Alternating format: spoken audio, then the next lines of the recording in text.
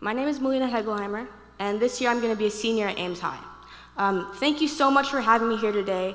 Back to school is a busy time for all of us, and I really appreciate your commitment to your students and your commitment to always trying to become better teachers for your students. So, thank you. When I heard that the theme for this year was Your Journey Matters, I had a really hard time trying to come up with ideas that would be applicable to your daily lives.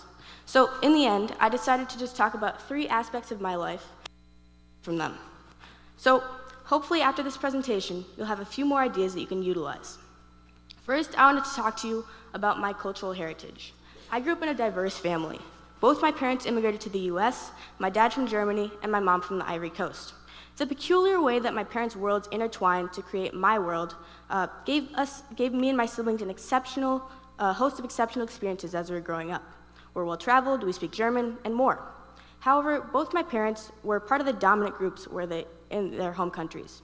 Here, they were minorities, but they never let my siblings and I feel like outsiders. The way I look, combined with my personality and my interests, gave me the ability to camouflage. To this day, I can weave between nearly every group in my high school without feeling unwelcomed, because I'm culturally ambiguous. I subscribe to parts of multiple cultures, and I believe this has also given me an immensely different perspective than most of my peers. This ability to look at problems from multiple different angles has made me a more well-rounded and empathetic person, as well as given me cultural competency. If more teachers recognized and understood the societal bounds that determine the way that student populations behave, there would be less of a disconnect. This would translate to more effective teaching. So, what can you do to achieve this? I think there are 2 steps. First, getting to know the demographics of your area, and second, getting out of your comfort zone and getting to know your students as people. Realize that they have lives just as vivid and complex as your own.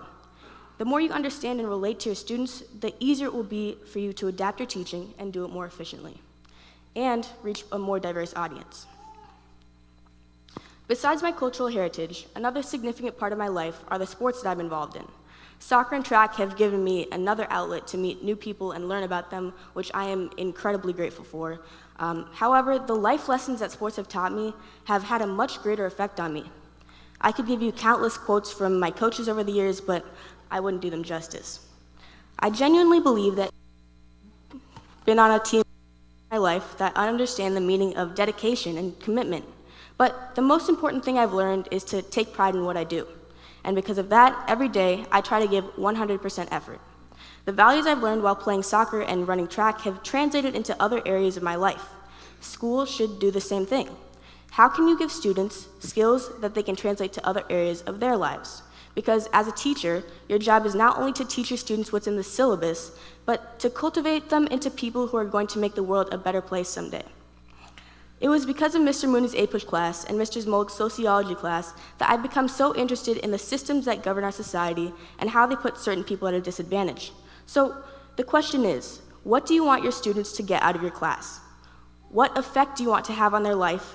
And how can you do that in the most impactful way possible? Last, but certainly not least, I would like to speak to you about my generation as a whole. We grew up with cell phones, we don't remember a time without the internet, and to us, tweet is no longer the sound that a bird makes. So, how do you capture the attention of kids whose lives are dominated by screens? Well, first, embrace the new. In every generation, there is a game changer, whether it be in medicine, science, or society. Additionally, there seems to be a pattern of the older generation complaining and reminiscing about the good old days. But the fact is that people change and technology evolves. So embrace it. Technology has countless different uses for teachers, and I'm proud to say that our schools utilize this very well. But there's always more that you can do to benefit you and your students. Although computers will not replace teachers, technology utilizing teachers will replace non-technology utilizing teachers. So don't become complacent. Keep on learning and keep on adapting the way you teach.